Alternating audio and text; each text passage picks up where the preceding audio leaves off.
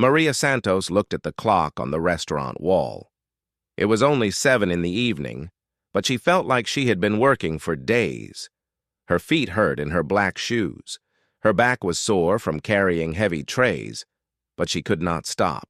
Now, she needed every dollar she could make. The restaurant was called Bella Vista. It was a fancy Italian place in downtown Chicago. Rich people came here to eat expensive food and drink wine that cost more than Maria made in a week. She had been working here for 3 years now. Every day was the same. She would smile at customers, take their orders, bring their food, and clean their tables. Most of them did not even look at her face. Maria was 26 years old. She had long, dark hair that she always kept in a neat ponytail for work. Her hands were rough from washing dishes and cleaning tables. She had small scars on her fingers from accidents in the kitchen, but her fingers were also special. They could make magic on piano keys. When Maria was little, her mother saved money to pay for piano lessons. Maria loved music more than anything else in the world. She would practice for hours every day. Her teacher said she was gifted. He said she could become a great pianist one day. Maria dreamed of playing in big concert halls. She dreamed of people coming just to hear her music. When she was 18, something amazing happened. A famous music school called Juilliard offered her a scholarship. This was like winning the lottery for a young musician.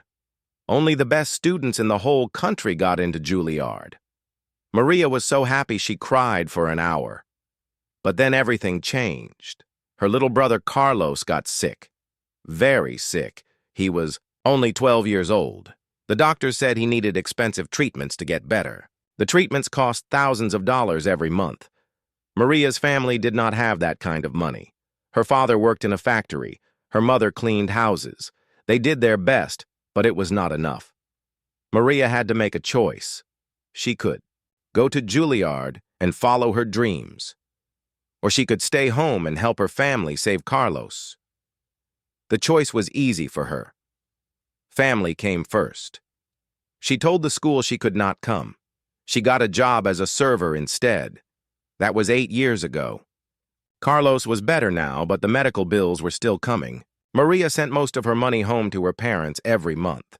She lived in a tiny apartment with 2 roommates. She ate cheap food and wore old clothes. But Carlos was alive and healthy. That was what mattered. The hardest part of working at Bella Vista was the piano. It sat in the corner of the main dining room like a beautiful black monster. It was a grand piano, shiny and perfect. Maria knew it was worth more money than she would make in her whole life. Sometimes she wanted to touch it, but she was not allowed. Only the professional pianist could play it. The restaurant hired a pianist to play during dinner hours. His name was David, and he was good. But Maria knew she was better. She had heard him make small mistakes that most people would not notice. She could play the same songs with more feeling, more skill. But David wore a nice suit and had a music degree. Maria wore a server uniform and carried dirty plates. Late at night, after the restaurant closed, Maria would sometimes stay behind. She would tell her manager, Tony, that she was finishing the cleaning. But really, she wanted to be alone with the piano. Tony was a good man. He knew about Maria's music background. Sometimes he would let her stay late and not ask questions. On these nights, Maria would sit at the piano bench and place her fingers on the keys. The first touch always made her heart beat faster. The piano was so much better than the old keyboard she had at home. Every note was perfect and clear. She would play softly so no one outside could hear. She would play the songs she learned as a child. Chopin, Bach, Mozart. The music would fill the empty restaurant like magic. For those few minutes, Maria forgot about her sore feet and tired hands. She forgot about the rude customers and the small tips. She was just a musician again. But then she would remember where she was. She would close the piano lid and go home to her tiny apartment. She would count her tips and put most of the money in an envelope to send to her parents. She would eat a simple dinner and go to bed. Tomorrow would be the same as today. Maria had other dreams, too. She wanted to audition for orchestras in the city. She wanted to teach music to children. She wanted to record her own album. But dreams cost money and time. Two things she did not have. Her roommates did not understand why she worked so hard. They were young and wanted to go out dancing and drinking. They told Maria she was wasting her life.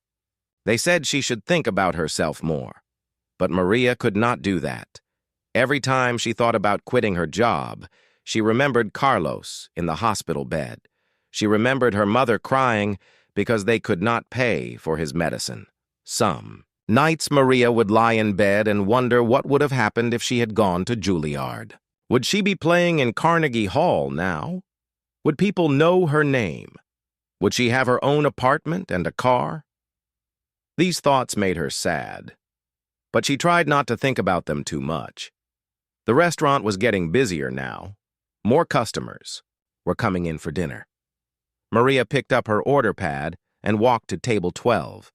A couple was sitting there looking at the menu. She smiled and asked what they wanted to drink.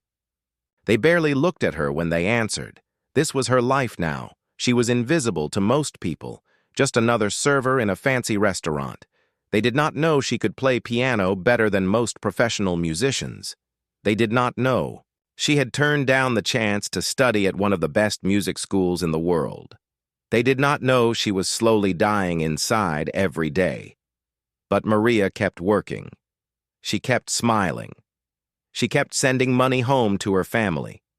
And late at night, when no one was watching, she kept playing piano in the empty restaurant. The music was the only thing that kept her dreams alive. Tomorrow would bring new customers, new orders, new dirty plates to clean.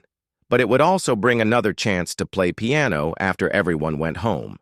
And maybe someday someone would hear her music and understand that she was more than just a server. Maybe someday her real life would begin. Saturday night was always the busiest time at Bella Vista. Rich people came to show off their expensive clothes and jewelry. They ordered the most costly items on the menu and acted like they owned the place. Maria had learned to smile and be polite no matter how badly they treated her. Tonight was different, though. At 8 o'clock, a group of people walked in that made everyone in the restaurant stop and stare. The man leading them was Richard Blackstone. Everyone in Chicago knew that name. He was one of the richest men in the city. Richard Blackstone was 45 years old and looked like he had never worked a hard day in his life. His hair was perfectly styled. His suit probably cost more than Maria made in a year. He wore a gold watch that sparkled under the restaurant lights. But the worst thing about him was his attitude. He acted like everyone else was beneath him. Maria had seen him on TV and in newspapers. He owned a big technology company that made cryptocurrency. The news stories said he was worth billions of dollars. They also said he was not a nice person. He fired employees for small mistakes. He sued people who disagreed with him. He treated workers like they were nothing. Richard walked into the restaurant, like he owned it. Behind him came 6 other people. They were all dressed in expensive clothes and looked very important. The restaurant manager, Tony, rushed over to greet them personally. He was nervous because having Richard Blackstone in his restaurant was a big deal. Tony led them to the best table in the house. It was right in the center of the dining room where everyone could see them. Richard sat down without saying thank you. He immediately started complaining about everything. The table was too small, the lighting was too dim, the music was too loud. Maria watched from across the room as Tony tried to make everything perfect for Richard and his friends. She felt sorry for Tony. He was a good boss who treated his employees fairly. But men like Richard Blackstone could ruin a restaurant with one bad review online. The group ordered the most expensive wine on the menu. Then they ordered again and again. As the night went on, Richard got louder and more rude. He snapped his fingers at the servers like they were dogs. He sent food back to the kitchen for no good reason. He made jokes about the other customers that were mean and nasty. Maria was not serving their table, but she could hear everything Richard said. He was talking very loudly about his money and his success. He told stories about firing employees and closing down businesses. He laughed when he talked about people losing their jobs. His friends laughed too, but Maria could tell some of them were uncomfortable. After his fourth glass of wine, Richard started looking around the restaurant with bored eyes. He pointed at the decorations on the walls and called them ugly. He criticized the other customers' clothes. He complained that the food was taking too long, even though he had already finished eating. Then his eyes found the piano in the corner. David, the usual pianist, was not working tonight. He had called in sick that morning. The piano sat silent and empty. Richard stared at it for a long moment, then turned to his friends. "This place is pathetically boring," he said in a voice loud enough for half the restaurant to hear. "Look at that beautiful piano just sitting there doing nothing. What kind of fancy restaurant doesn't have live music on a Saturday night?" One of his friends, a woman with too much makeup, agreed with him. "You're absolutely right, Richard. We're paying these outrageous prices and getting no entertainment at all. It's completely unacceptable." Tony heard the complaint and hurried over to their table. He explained politely that their regular pianist was sick. He offered to play recorded classical music instead, but Richard waved his hand dismissively. "Recorded music? Are you kidding me?" Richard's voice was getting louder. Other customers were starting to stare. "I didn't come to a place like this to listen to a CD player. I want live music, real music, from a real person." Tony apologized again and explained that there was no one else available to play piano. The restaurant had tried to find a replacement, but could not get anyone on such short notice. Richard was not interested in excuses. "That's not my problem," Richard said, pointing his finger at Tony. "I'm spending more money here tonight than most people make in a month. The least you can do is provide some basic entertainment." Maria was cleaning a table nearby and could not help but listen. She felt her stomach tighten with worry. She could see that Tony was getting desperate. Richard Blackstone had the power to destroy the restaurant's reputation. One bad review from him could ruin everything. Richard's eyes began scanning the restaurant staff, the servers, the busboys, the hostess. He was looking for someone to blame or someone to use. His gaze stopped when it reached Maria. She was bent over a table, wiping it clean with a white cloth. "You!" Richard called out suddenly, pointing directly at Maria. "Server girl, come here." Maria looked up, hoping he was talking to someone else, but he was staring right at her.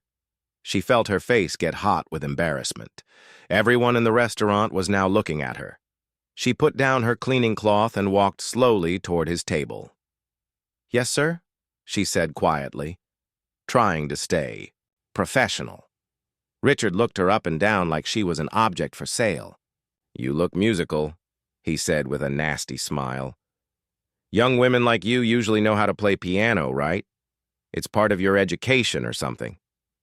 Maria felt her heart start beating faster. She could sense where this was going, and she did not like it. "I'm sorry, sir, but I'm working right now. I need to finish cleaning the tables." "Forget the tables," Richard said, waving his hand. "I want you to play something for us, something classy, something worthy of a restaurant like this." Maria looked at Tony, hoping he would help her.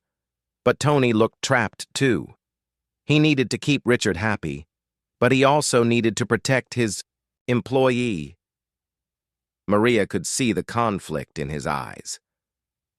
"I'm really sorry, sir," Maria said, trying to stay calm. "But I'm not the pianist. I'm just a server. I need to get back to work." This answer made Richard angry. His face turned red and his voice got much louder.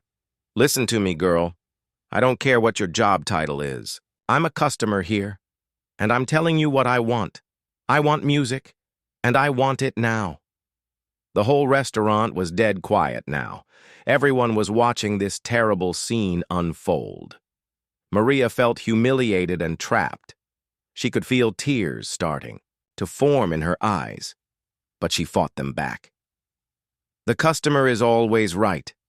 Isn't that what they teach you people?" Richard continued his attack. "I'm paying good money to be here. And I deserve to get what I want, so stop making excuses and go play that piano. Maria looked around the room at all the faces staring at her. Some people looked sympathetic, but no one was going to help her. She was just a server, and Richard Blackstone was a billionaire. In this world, that was all that mattered. Maria stood frozen next to Richard Blackstone's table. The entire restaurant was watching her. She could feel their eyes burning into her skin. Her hands were shaking, and she felt sick to her stomach. She had never been so embarrassed in her whole life. Richard was not done with his attack. He reached into his wallet and pulled out a $100 bill. He waved it in the air like it was a flag. "Look, I'll even pay you extra," he said with a cruel smile. "This is probably more than you make in tips all week, right?" His friends laughed at this comment. The woman with too much makeup said, "Oh, Richard, you're so generous. Most people would be grateful for such an opportunity." Maria felt her face burning with shame. She wanted to run away and hide. She wanted to tell Richard exactly what she thought of him. But she could not do either of those things. She needed this job. Her family was counting on her. Tony stepped closer to the table. He looked uncomfortable and worried. "Mr. Blackstone," he said carefully, "perhaps we could find another solution. Maybe I could call our pianist and see if he could come in despite being sick." "I don't want your sick pianist," Richard snapped. "I want her to play. She looks like she knows how. Don't you, sweetheart?" He looked at Maria with mean eyes. Other customers in the restaurant were starting to whisper among themselves. Some looked disgusted by Richard's behavior. Others seemed curious to see what would happen next. A few were recording everything with their phones. Maria noticed an elderly couple at a nearby table. The woman was shaking her head sadly. The man looked angry at what Richard was doing, but like everyone else, they did not speak up. They were afraid to challenge such a powerful man. Richard pulled out his phone and held it up. "You know what? I think I'll write a review about this place right now. Let's see. Terrible service.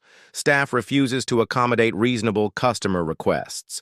Management allows employees to be rude to paying customers."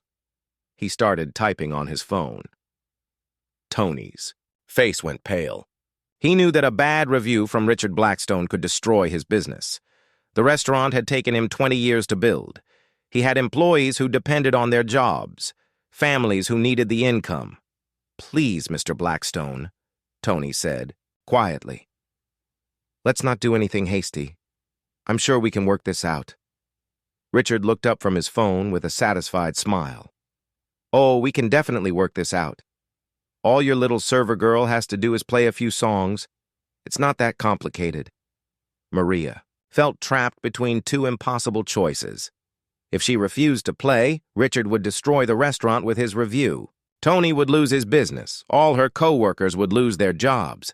But if she played, she would be giving in to a bully. She would be letting him treat her like a trained animal. She thought about her family back home. Her parents were counting on the money she sent them every month. Carlos still had medical checkups that cost a lot of money. If she lost this job, she would have to find another one quickly. But jobs that paid as well as this one were hard to find. Tony caught her eye and gave her a small, sad nod. She could see the pain in his face. He did not want to ask this of her, but he felt he had no choice. The restaurant was his whole life. He could not let Richard destroy it. "Fine," Maria whispered, her voice barely audible. "I'll play something." Richard clapped his hands together loudly. "Excellent! See how easy that was? Now we're getting somewhere." Maria walked toward the piano on shaky legs. Each step felt like it took forever. The restaurant was so quiet she could hear her own heartbeat. She felt like she was walking to her own execution. The piano bench was cold when she sat down. She had sat here many times before, but always in secret, always alone. Now she was surrounded by dozens of people who were watching her every move. Her hands were trembling so badly she could hardly lift the piano lid. "Play something romantic," Richard called out from his table. something that shows you actually have some talent. Maria placed her fingers on the keys. They felt familiar and comforting, like old friends. For a moment, she forgot about Richard and his cruel words. For a moment, she was just Maria the musician, not Maria the server. But then she remembered where she was and why she was there. This was not one of her secret late-night sessions. This was a public humiliation. She was being forced to perform like a circus animal for the entertainment of a man who saw her as less than human. Richard was still talking to his friends, making jokes about the help knowing their place. He was treating this whole situation like it was funny, like Maria's dignity meant nothing at all. Maria closed her eyes and tried to calm herself. She thought about all the times she had played this piano alone. She thought about the music that lived inside her heart. She thought about her dreams of performing in concert halls, even though those dreams seemed impossible now. She decided to play Chopin's Ballade No. 1 in G minor. It was one of her favorite pieces. She had learned it when she was 16 and had been practicing it for 10 years. It was complicated and beautiful and emotional. If she had to play for these people, she would at least play something meaningful. Maria took a deep breath and pressed the first key. The sound filled the restaurant, like a drop of water falling into a still pond. Then came the second note, and the third. Slowly, carefully, she began to play the opening melody. At first, her fingers were stiff with nervousness. The notes came, out hesitant and uncertain. She could hear Richard making comments to his friends about how she was probably not very good. She could feel the judgment of everyone watching her, but as the music continued, something began to change. The familiar melody started to relax her tense muscles. Her fingers remembered the patterns they had practiced thousands of times. The beautiful harmony began to wash away her fear and embarrassment. Maria had always been nervous when performing for other people. It was one of the reasons she had struggled with auditions in the past. But tonight was different. Tonight, she was not trying to impress anyone or win anything. Tonight, she was just trying to survive. As she moved into the more complex sections of the piece, her confidence began to grow. Her fingers danced across the keys with increasing skill and precision. The music that came out was no longer tentative. It was strong and clear and beautiful. The restaurant grew quieter and quieter as people realized what they were hearing. This was not simple background music. This was not a server pretending to know how to play piano. This was something extraordinary happening right in front of them. Even Richard stopped talking to his friends. His mouth was hanging open slightly as he listened to the incredible music flowing from Maria's fingers. This was not what he had expected at all. As Maria continued playing, something magical happened in the restaurant. The music that flowed from her fingers was unlike anything the customers had ever heard in a place like this. Each note was perfect, but more than that, each note had deep feeling behind it. The Chopin piece was incredibly difficult. Most professional pianists struggled with its complex rhythms and emotional demands. But Maria played it like she had written it herself. Her fingers moved across the keys with the confidence of someone who had been born to make music. In the kitchen, the cooks stopped chopping vegetables. They put down their pots and pans and moved toward the dining room to listen. The dishwashers turned off their machines. Even the delivery drivers who were dropping off supplies stood still in the doorway, amazed by what they were hearing. Maria was no longer thinking about Richard Blackstone or his cruel demands. She was lost in the music now. This was the piece she played when she was sad or angry or confused. It was like a diary written in musical notes. All of her dreams and disappointments flowed through her fingers into the piano keys. The other servers in the restaurant had stopped working completely. They stood against the walls with their trays forgotten in their hands. Some of them had worked with Maria for years, but they had no idea she could play like this. They knew she was smart and kind, but they never knew she was this talented. At table 7, a famous food critic was having dinner with his wife. He had come to review the restaurant's new menu. But now he was completely focused on the music. He pulled out his phone and started recording. This was not just good restaurant entertainment. This was concert-level artistry. An elderly woman at table 3 had tears running down her cheeks. She had been a music teacher for 40 years before she retired. She knew talent when she heard it, and this young server had more talent than most of the students who graduated from expensive music schools. Even the other rich customers were impressed, though some of them felt uncomfortable. They realized they had been sitting in this restaurant for years, seeing Maria as just another invisible worker. Now they understood that they had been in the presence of a true artist all along. Maria moved into the middle section of the piece, where the melody becomes faster and more intense. Her hands flew across the keys with incredible speed and precision. The music filled every corner of the restaurant. It bounced off the walls and wrapped around every person like a warm blanket. Richard Blackstone sat frozen at his table. His arrogant smile had completely disappeared. He had expected to hear simple pop songs or maybe some basic classical music. He had thought this would be amusing entertainment while he finished his expensive wine. Instead, he was witnessing something that belonged in Carnegie Hall. His friends were equally stunned. The woman with too much makeup had stopped talking for the first time all evening. She stared at Maria with her mouth open, unable to believe what she was seeing. The men at the table looked embarrassed about their earlier laughter and cruel comments. As Maria reached the climax of the piece, she seemed to transform completely. She was no longer the tired server in the stained uniform. She was a true musician, an artist expressing her deepest feelings through her instrument. Her whole body moved with the music. Her face showed the passion and pain that lived inside the melody. The music became louder and more dramatic. Maria's fingers pressed the keys with increasing force and emotion. She was putting years of frustration and broken dreams into every note. All the nights she had cried herself to sleep. All the times she had wondered if she had made the right choice. All the secret piano sessions in this empty restaurant. Everything poured out through the music. Then, suddenly, the piece became soft and gentle again. Maria's touch on the keys became light as a feather. The melody turned sad and beautiful, like a memory of something precious that had been lost. This was the part of the song that always made her think about the life she might have had if things had been different. A businessman at table 12 was supposed to be having an important dinner meeting, but he had completely forgotten about his contracts and deals.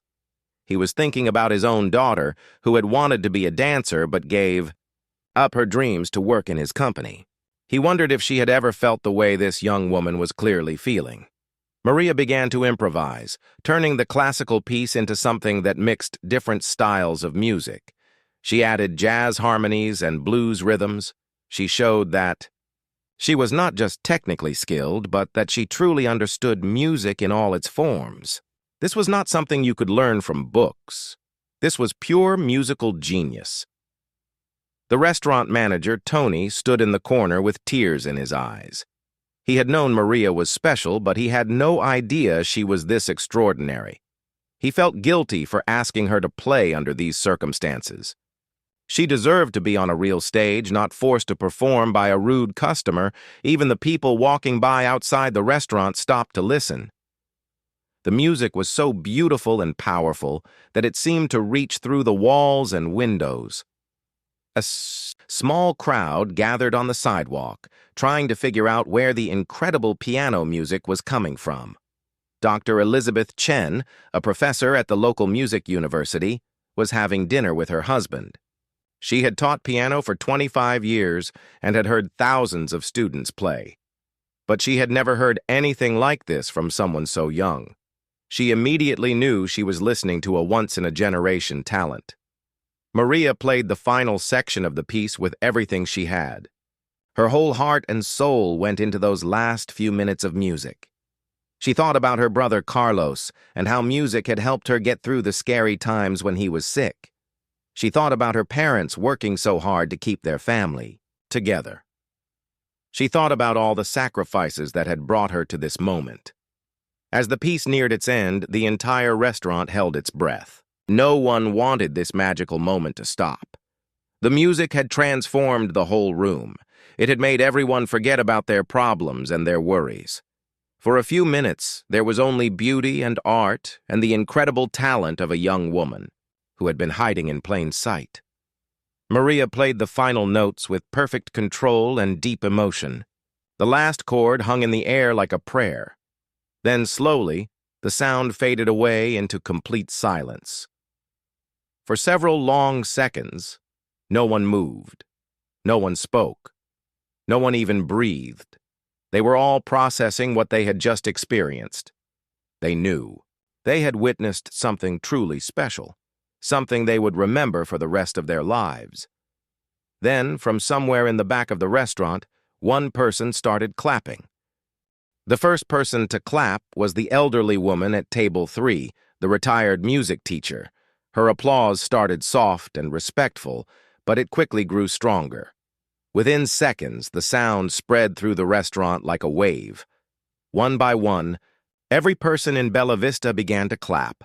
The other customers, the servers, the kitchen staff, the manager Tony, even the delivery drivers who had stayed to listen joined in. The applause grew louder and louder until it filled the entire restaurant with thunderous sound. Then something even more amazing happened. People began to stand up. First, the elderly music teacher rose from her chair, still clapping with tears on her cheeks. Then the food critic and his wife stood up. Then the businessman who had been thinking about his daughter. One by one, every single person in the restaurant got to their feet. Maria sat at the piano bench, stunned by what was happening. She had never received a standing ovation in her life. She had dreamed about this moment since she was a little girl, but she never thought it would happen in the restaurant where she worked as a server. The applause continued for what felt like forever. People were not just clapping politely like they would for background music. They were clapping with real emotion and respect. They understood that they had just witnessed something extraordinary. Some people had tears in their eyes. Others were smiling with pure joy. A few were shaking their heads in amazement, still unable to believe what they had heard. The whole atmosphere in the restaurant had changed completely.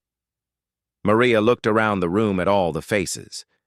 These were the same, customers she had served food to for 3 years. They had looked through her like she was invisible. They had treated her like she was just part of the furniture. But now they were seeing her as a real person for the first time. The applause began to quiet down, but people remained standing. Maria started to get up from the piano bench, but Dr. Elizabeth Chen hurried over to her before she could leave. "Please, don't go anywhere," Dr. Chen said with excitement in her voice. "I need to talk to you. I'm a music professor at Northwestern University. What you just played was absolutely incredible." Dr. Chen pulled a business card from her purse and pressed it into Maria's hands. "I want to discuss scholarship opportunities with you. Full scholarships.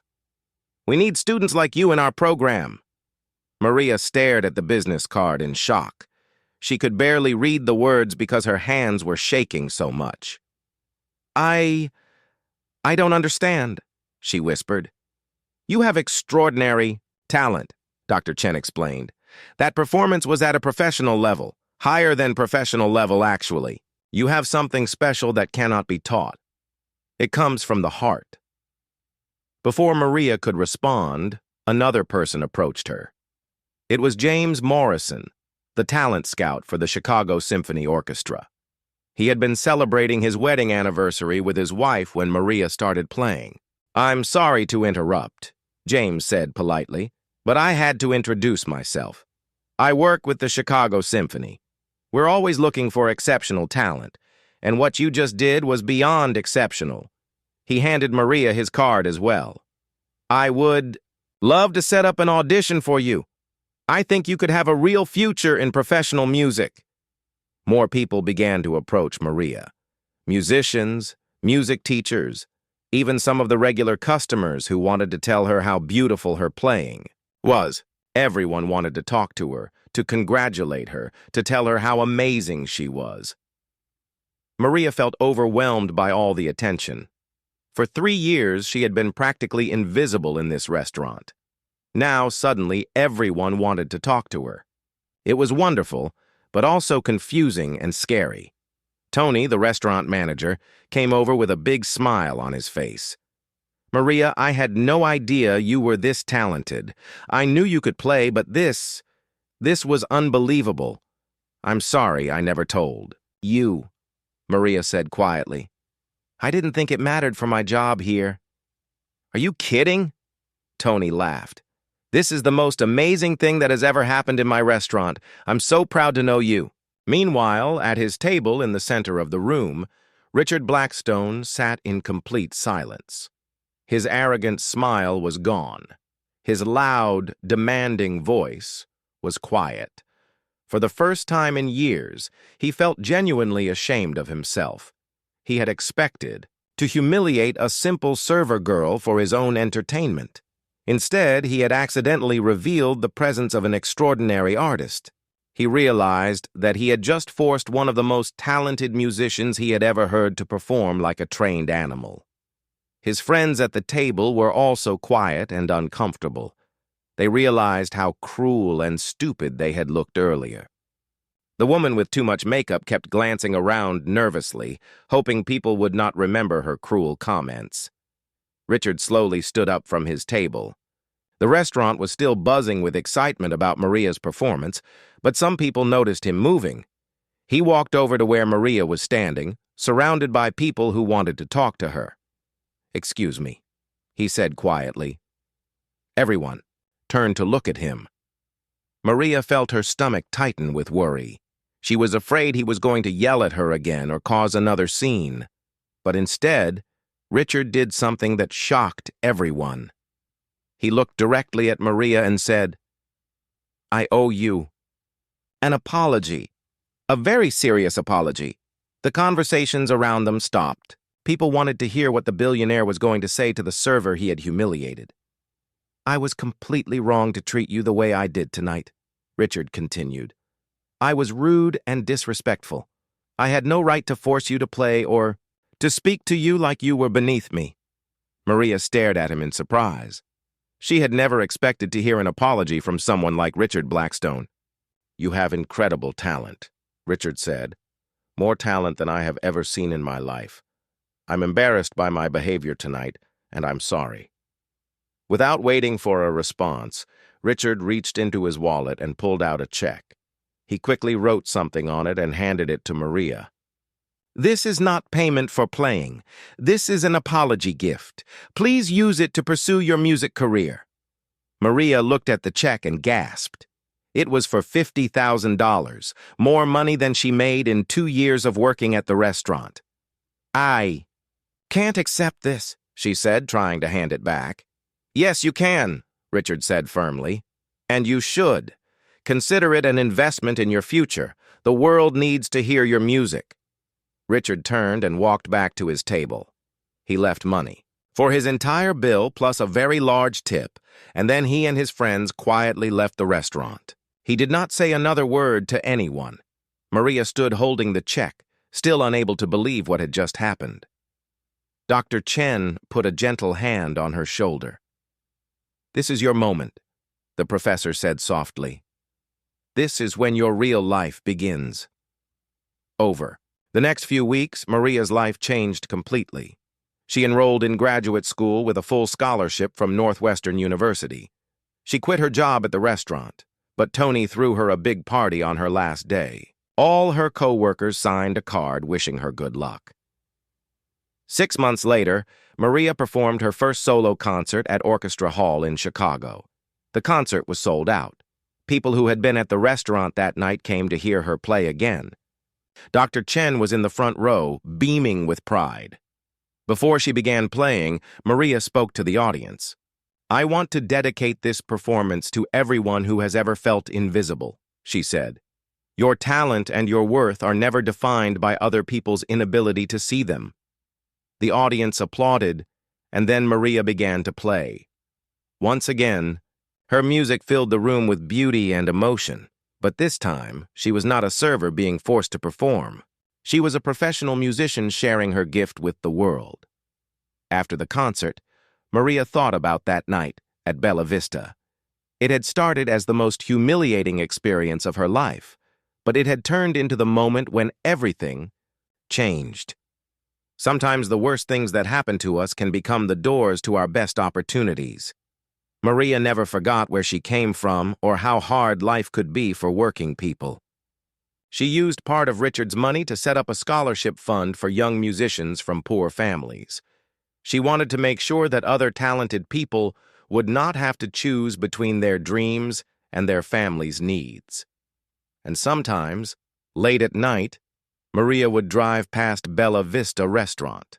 The piano was still there in the corner. Sometimes she could see David, the regular pianist, playing for the dinner customers. She would smile and remember the night that changed her life forever. That night had taught her that talent alone is not enough. You also need courage, opportunity, and sometimes a little bit of luck. But most importantly, you need to believe in yourself even when the whole world seems to be telling you that you are not important. Maria had found her voice that night, and she would never let anyone make her feel invisible again.